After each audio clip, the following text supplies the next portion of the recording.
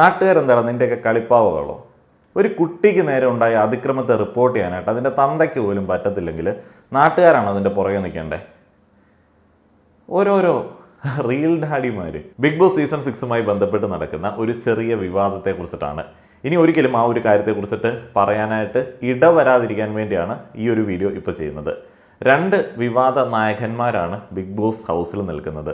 ഒരാൾ തെറ്റ് ചെയ്തു എന്ന് ആളുകൾ പറയുന്ന ഒരു വ്യക്തി, ഒരാൾ ആ ഒരു തെറ്റിനെ കണ്ടെത്താൻ വന്ന അന്വേഷണ ഉദ്യോഗസ്ഥൻ. ഈ രണ്ടാവന്മാരെയും പറഞ്ഞു വിടാനായിട്ടുള്ള വഴിയുണ്ട് എന്നുണ്ടെങ്കിൽ അത് കുറേയധികം ആളുകൾക്ക് ഒരു മാതൃകയായിരിക്കും. ബിഗ് ബോസ് സീസൺ 6 എന്ന് പറയുന്നത് ഒരു കോടതിയല്ല, അല്ലെങ്കിൽ പോലീസ് സ്റ്റേഷനല്ല. എനിക്ക് മനസ്സിലാവാത്തൊരു സംഗതിയുണ്ട്. പുറത്ത് ഒരു ക്രൈം നടക്കുന്നു, ഒരു കുട്ടിക്കെതിരെ അല്ലെങ്കിൽ അതിൻ്റെ അച്ഛനെതിരെ മോശമായിട്ടുള്ള കമൻറ്റ് ഒരാളിടുന്നു.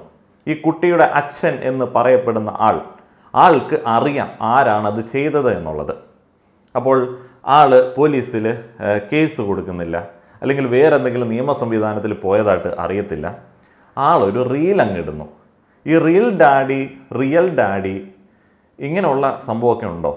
അതിപ്പോൾ കൊറിയക്കാരൻ അച്ഛനാണെങ്കിലും ഇന്ത്യക്കാരൻ തന്തയാണെങ്കിലും അതേപോലെ തന്നെ ചൈനക്കാരൻ തന്തയാണെങ്കിലും കുട്ടികൾക്ക് നേരെ ഉണ്ടാകുന്ന അതിക്രമങ്ങൾക്ക് നിങ്ങൾ സമീപിക്കേണ്ടത് കോടതിയും പോലീസ് സ്റ്റേഷനൊക്കെയാണ്. ഈ കുട്ടികളെന്നുള്ളതല്ല, സോഷ്യൽ മീഡിയയിൽ നടക്കുന്ന ഏതൊരു അതിക്രമമാണ് എന്നുണ്ടെങ്കിലും അതിനുവേണ്ടി നമ്മൾ സമീപിക്കേണ്ടത് കോടതിയും പോലീസ് സ്റ്റേഷനൊക്കെയാണ്. അപ്പം ഞാൻ ഇതൊക്കെ സമീപിച്ചിട്ട് നിയമസഹായമൊക്കെ തേടിയിട്ടുള്ള, അതിൻ്റെ ആനുകൂല്യം ലഭിച്ചിട്ടുള്ള, നീതി കിട്ടിയിട്ടുള്ള ഒരു വ്യക്തി ആയതുകൊണ്ട് എനിക്കറിയാം ഇതൊന്നും വലിയ സംഗതിയൊന്നും ഇല്ലടേ. ഒരു പേപ്പറിൽ എഴുതുക, ഒരു പേപ്പർ എടുത്തിട്ട് ഇങ്ങനെ ഒരു വ്യക്തി, ഐഡൻറ്റിറ്റി അറിയാം, ഫേക്ക് അക്കൗണ്ടൊന്നും അല്ല, ഐഡൻറ്റിറ്റി വ്യക്തമായിട്ട് അറിയാം, ഇന്ന വ്യക്തി എനിക്കും എൻ്റെ കുട്ടിക്കും എതിരെ ഇങ്ങനെ ഒരു കമൻറ്റ് ചെയ്തു, അത് എൻ്റെ റെപ്യൂട്ടേഷനെയും എൻ്റെ വ്യക്തിത്വത്തെയും എൻ്റെ കുടുംബത്തെയും വല്ലാതെ ബാധിക്കുന്നു, അതുകൊണ്ട് തന്നെ അദ്ദേഹത്തിനെതിരെ ആക്ഷൻ എടുക്കണം. കുട്ടികൾക്കെതിരെയൊക്കെ പറയുന്ന സമയത്ത് വളരെ സ്ട്രോങ് ആയിട്ടുള്ള കുറേയധികം സാധനങ്ങൾ അതിനകത്തേക്ക് വരും. അപ്പോൾ അത് വന്നു കഴിഞ്ഞാൽ പിന്നെ ഊരാൻ പറ്റത്തില്ല. അപ്പോൾ അതാണ് ചെയ്യേണ്ടത്. അത് ചെയ്യാതെ കൂട്ടുകാരനൊരുത്തനെ ഈ കമൻ്റ് ഇട്ടവനെതിരെ കളിക്കാൻ വേണ്ടി ബിഗ് ബോസിലേക്ക് വിട്ടിരിക്കുന്നു. ബിഗ് ബോസ് എന്തടേ കോടതിയോ? ഈ റിയൽ ഡാഡീസൊക്കെ എന്ത് നിയമബോധമുള്ള ആൾക്കാരാണ് എന്നുള്ളത് അറിയത്തില്ല. എന്നിട്ട് കുറേയധികം ആൾക്കാർ വന്നിട്ട് കമൻറ്റ് ചെയ്യുകയാണ്. കമൻറ്റ് ബോക്സിൽ എടുത്തങ്ങോട്ട് കൊടുക്കാം നീതി. റിയൽ ഡാഡി അവിടെ പുറത്തേക്ക് ഇറങ്ങി വന്നിട്ട് കേസ് കൊടുക്കുക. ഈ രണ്ടെണ്ണത്തിനും തൂക്കി പുറത്തേക്ക് കളയണം. ഈ അഭിഷേക് ജയദേവ് എന്ന് പറയുന്നവനല്ലേ കമൻറ്റ് ഇട്ടത്? കമൻറ്റ് കിട്ടിയവനും അറിയാം, ഇട്ടവനും അറിയാം, അത് വായിച്ചവനും അറിയാം ആരാണെന്നുള്ളത്. എന്നിട്ട് അവനെതിരെ ഒരു കേസ് പോലും കൊടുക്കുന്നില്ല. അവൻ ബിഗ് ബോസിൽ പോകാൻ വേണ്ടി കാത്തിരിക്കുന്നു. അതിൻ്റെ പുറകെ വേറെ ഒരുത്തിനെ അന്വേഷിക്കാൻ വേണ്ടി വിട്ടിരിക്കുന്നു. നാട്ടുകാരെന്താണ് നിൻ്റെയൊക്കെ കളിപ്പാവകളോ? ഒരു കുട്ടിക്ക് നേരെ ഉണ്ടായ അതിക്രമത്തെ റിപ്പോർട്ട് ചെയ്യാനായിട്ട് അതിൻ്റെ തന്തയ്ക്ക് പോലും പറ്റത്തില്ലെങ്കിൽ നാട്ടുകാരാണ് അതിൻ്റെ പുറകെ നിൽക്കേണ്ടേ? ഓരോരോ റിയൽ ഡാഡിമാർ. ബിഗ് ബോസ് എന്ന് പറയുന്ന ഒരു റിയാലിറ്റി ഷോ കേരളത്തിലെ ഒരു കൂട്ടം ആളുകൾ ഉൾപ്പെടുത്തി നടത്തുന്ന ഒരു റിയാലിറ്റി ഷോ ആണ്. അപ്പോൾ അതിനകത്ത് ഒരു ക്രൈം ചെയ്തിട്ടുള്ള വ്യക്തി ഉണ്ടെന്നുണ്ടെങ്കിൽ ബിഗ് ബോസ് ഷോയ്ക്ക് അയാളെ ഹോൾഡ് ചെയ്യേണ്ട ആവശ്യമില്ല. നിങ്ങളൊരു കേസ് ഫയൽ ചെയ്യുന്ന സമയത്ത് അന്വേഷണത്തിന് ഭാഗമായിട്ട് അയാൾ പുറത്തു വരട്ടെന്നേ.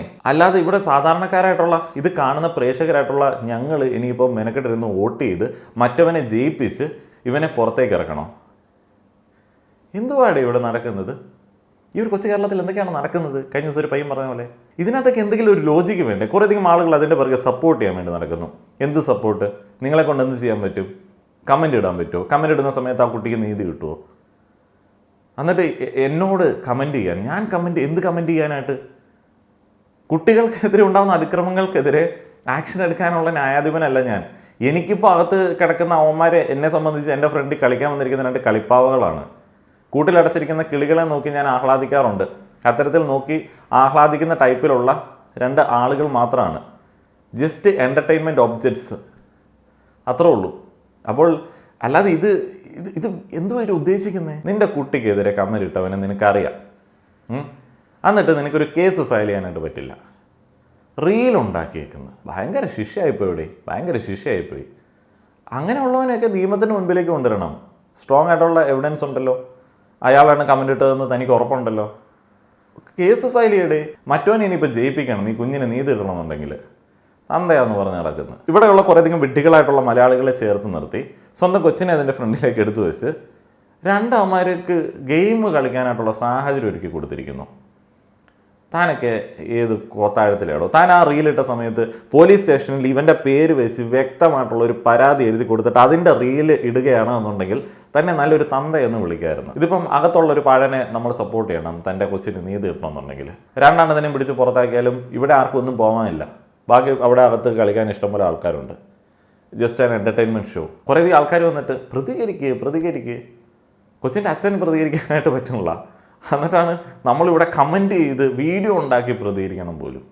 ഇങ്ങനെയുള്ള കാര്യങ്ങളിൽ വളരെ സീരിയസ് ആയിട്ട് നിയമ നടപടിയിലേക്കാണ് പോകേണ്ടത്. അപ്പോൾ അതൊന്ന് ഓർമ്മിപ്പിക്കാൻ വേണ്ടിയാണ് വീഡിയോ ചെയ്തത്. നന്ദി.